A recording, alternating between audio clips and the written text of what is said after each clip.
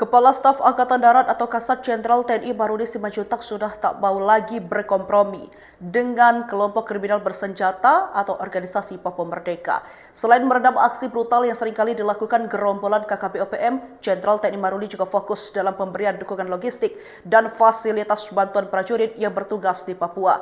Hal itu untuk memuluskan strategi TNI dengan mempreteli wilayah yang menjadi kekuasaan OPM. Dalam rapat bersama Komisi 1 DPR RI, Jenderal Maruli menekankan pentingnya dukungan logistik dan fasilitas bantuan untuk penanganan terhadap OPM. Hal itu untuk melancarkan usaha mereka dalam menguasai wilayah yang jadi kekuasaan OPM, sekaligus mengepung markas kelompok bersenjata tersebut.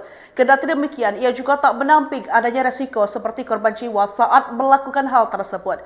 Hal itu seolah menegaskan jika TNI sudah tak mau lagi berkompromi dengan kelompok separatis itu, apalagi menurut keinginan mereka. Dengan pengalamannya dulu menangani OPM saat masih menjabat Pangkostrat, prajurit dapat lebih siaga jika logistik dan fasilitas pendukung dapat dipenuhi.